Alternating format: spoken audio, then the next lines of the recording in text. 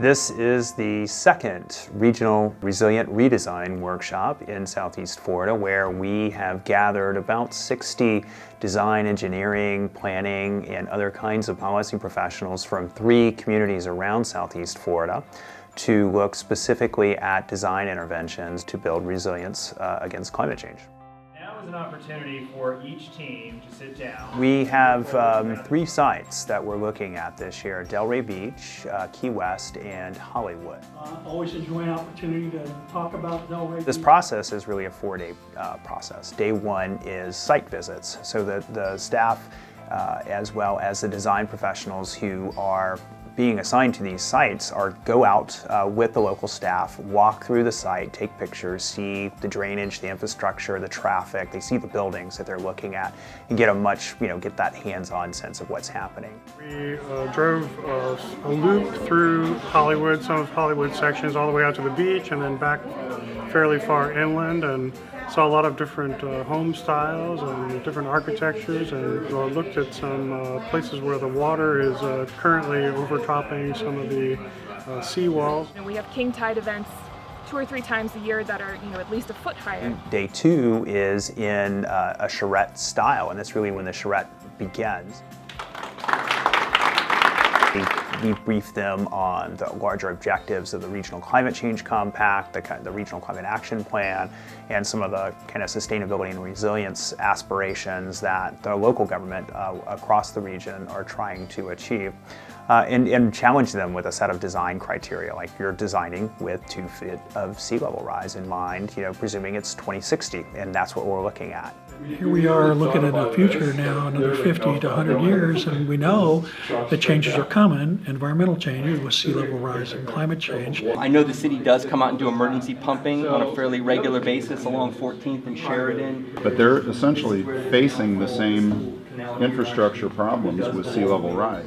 Day 3, they move into a deeper design phase and work throughout the day and often into the night to produce presentation material that has very particular design ideas in mind articulated.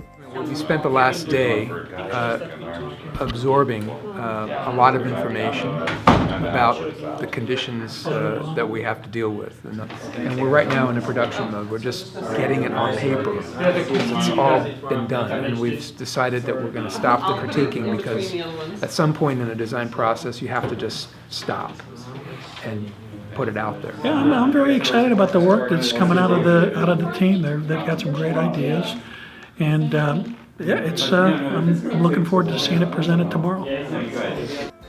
On the final day, day 4 of the process, we bring the public in. We invite individuals throughout the community to come in and see the results of the process. Once presented, we're very keen to get their feedback. You really open our eyes to some options that we simply hadn't thought about, in my opinion. Thanks, everyone.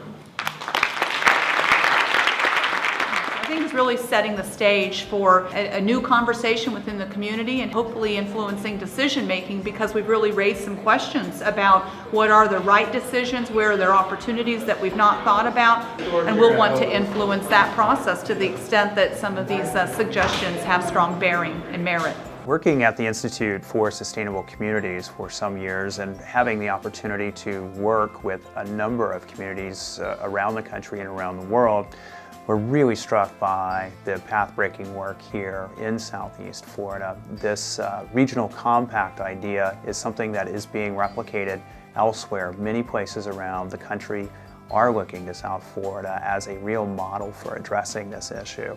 We really just applaud the efforts here of local government to address this issue and coming up with creative ideas like a design charrette to address this and provide a very evocative and very communicative means of telling the story of what we can do in this region to build resilience and sustainability for the longer term, I think is quite remarkable, and certainly something that other communities around the country can learn from.